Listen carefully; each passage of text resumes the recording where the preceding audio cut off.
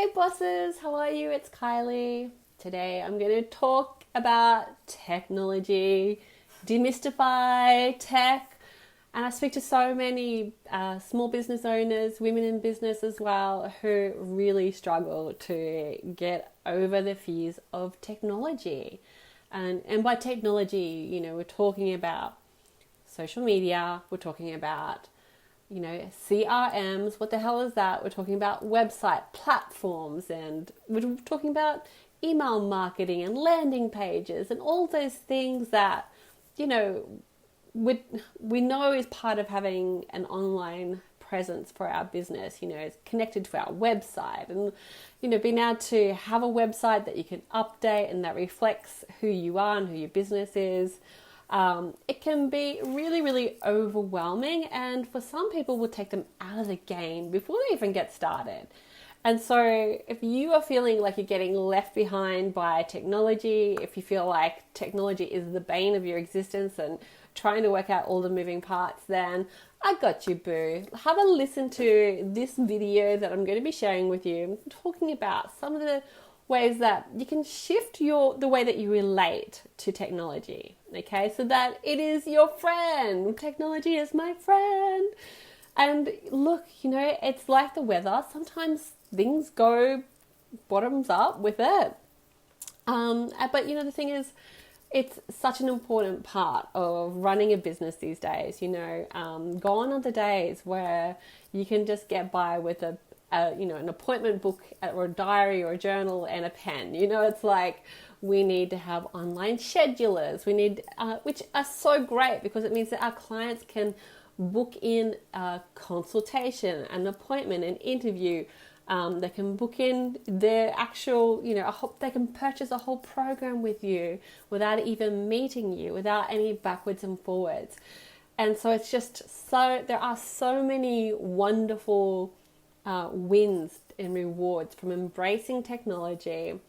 And so what we really need to be able to do is to be able to get used to the idea that technology is going to be part of our future. It's part of our work and our business, and also reframe the way that we show up to technology. So instead of feeling like and believing like and telling yourself that you're just no good at technology, you just can't handle technology, how about you change that? And that's, for what I see, with a lot of people who are like stuck and overwhelmed by the need to deal with technology, it really is just what they're making it mean, the way that they're approaching it, the way that they're showing up to it.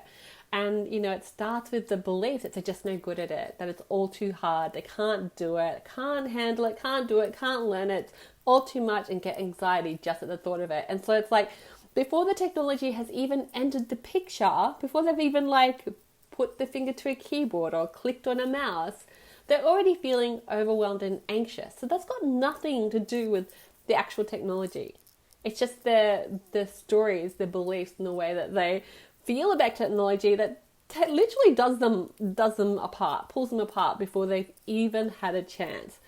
And I'm not going to lie. I mean, technology can be a source of frustration. It can really mess you up. It can be sensitive to your temperament too. Like if you're having a bad day, then technology can sometimes reflect that back to you, and just be that Murphy's Law. Like that can happen.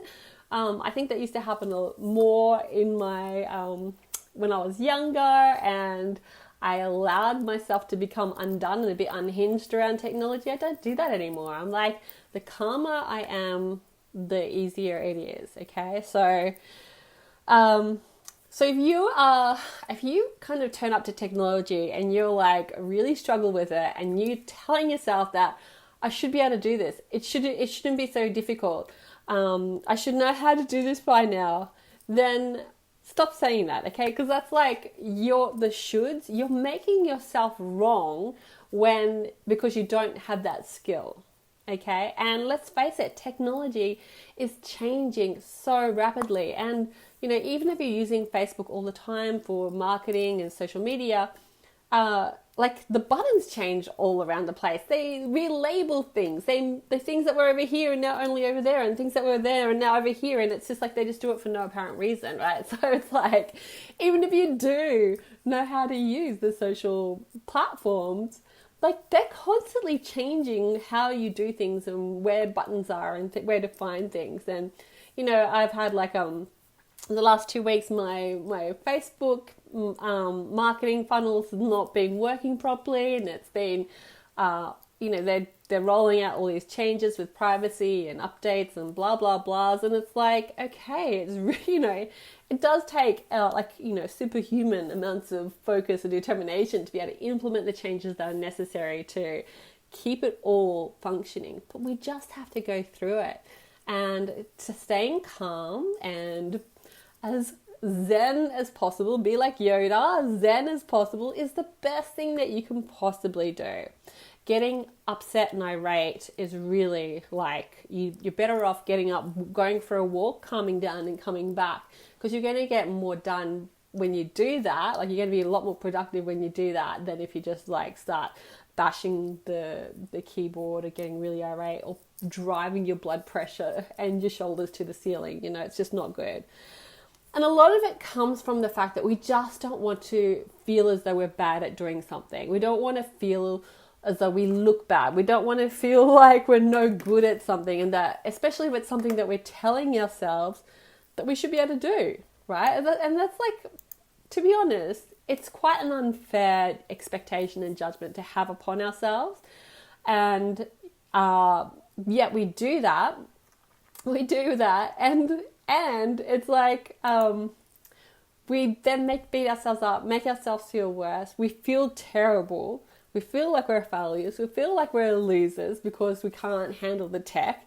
And then it makes it even harder for us to actually do it and do it well and to learn and to enjoy the process. And then it just means that it's like, you know, it's like going to the dentist, you know, or looking forward to having a tooth extracted. It's like we will embrace the technology that much because we've told ourselves, we've made the experience just so painful for ourselves. So calm, inner Yoda, and just be really kind and gentle with ourselves and just have no expectations.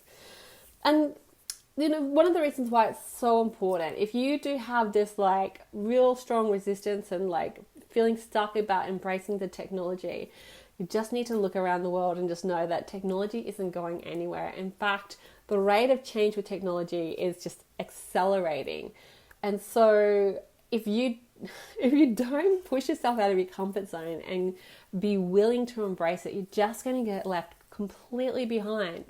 And it's, you know, if you look at our society, you know, the older you are, like possibly the less technology you're using. And it's like, it's easier to ask like a teenager or someone younger to, you know, show you around Facebook or a social media platform, because they do know how to do that, and they're the digital natives, right? So it's definitely going to be accelerating, and you want to not be getting completely left behind if you are running a business, if you're going to be working for the next 20 years or more. You know, you want to still be like keeping abreast. You don't want to get completely left behind. And the sooner you address this emotional block, this resistance that you have, the identity block that you have, the better, because you're only holding yourself back. So what I suggest is that you just approach technology with curiosity. Be willing to explore.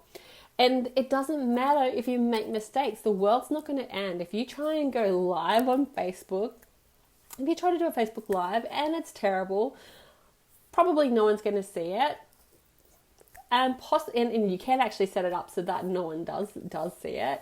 But also, like, you can delete it. You could make a post and delete it. So you can just have fun with it. There's nothing super permanent about it. You know, unless you're a celebrity and do some stupid, hateful, you know, tweet or post. They have their ways of finding the deleted post. But that's not you right now, right? So you can just be curious. Just explore. Don't put pressure on yourself to be an expert at technology if you're just learning.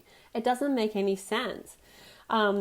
it's funny, like, in art or in, even like sewing or craft, things like that, there are no disasters, right? There's only creations. There's no mistakes. There's only creations. So just, can we translate that, that kind of approach, that low pressure approach, a curious and exploratory approach into technology and our relationship with technology, and just be willing to have a look, willing to explore. And so, the thing is, you need to be okay with sometimes getting it wrong, making a mistake, doing things the hard way, especially when you're just learning, especially if you haven't got a lot of experience in technology. So just be willing to explore, be curious, and be okay with getting it wrong. And, in Google, like, they're famous for measuring how many failures they had, because if their teams are creating failures, or they're having failures, it means that they are actually stepping outside of the known comfort zone. They're actually being creative in their exploration, creative in the work. And so if they try something and it's a failure, they measure that because they want to see that their creators are actually being creative. They're actually taking risks and they're growing. And so what did they learn from that? What can you learn from anything that if you take on a technology fear? It might be setting up an email, CRM such as MailChimp or ActiveCampaign, and just like giving yourself opportunity, grace and space to explore and learn. Then, be okay if you make a mistake. Be okay if it's not perfect. Be okay if it's really still very, very confusing after day one. Because if you haven't really embraced technology, you do have a learning curve. But guess what? It builds on itself. It builds and builds and it grows, and you'll get more and more caught up with it, and you'll have more of a working knowledge of it, and you'll realize that's just not so scary. Now, if you are interested in learning how you can cultivate a self-identity that is resilient, that is robust, and that you can create confidence in different areas of your life where you may have previously been struck by fear and being immobilized and not being able to get any traction, then please make sure you send me a message. This is where my superpower is, helping women to really overcome the self-doubt, overcome their fears, and to confidently grow their business. And that means taking on any of these areas where you're just feeling like, I know I need to do it, but I just don't know how to do it. I'm just terrified. I'm going to get it wrong. I don't want to make a mistake. Then, that's a perfect opportunity for you to really up level and, learn a new way of approaching life, and the rewards overflow to all areas of your life when you discover that you are capable. You can do the things that you want to do. You can do the things that you know you need to do. You just need to break it down. You need to cultivate that resilience and that courage within yourself, and to take it one step at a time.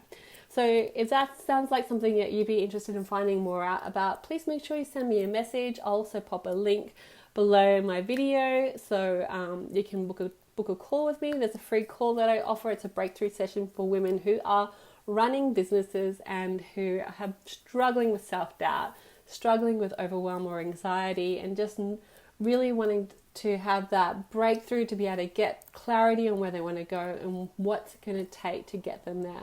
So I hope that this has been helpful, and I hope to see you clicking around on technology real soon. Okay, bye.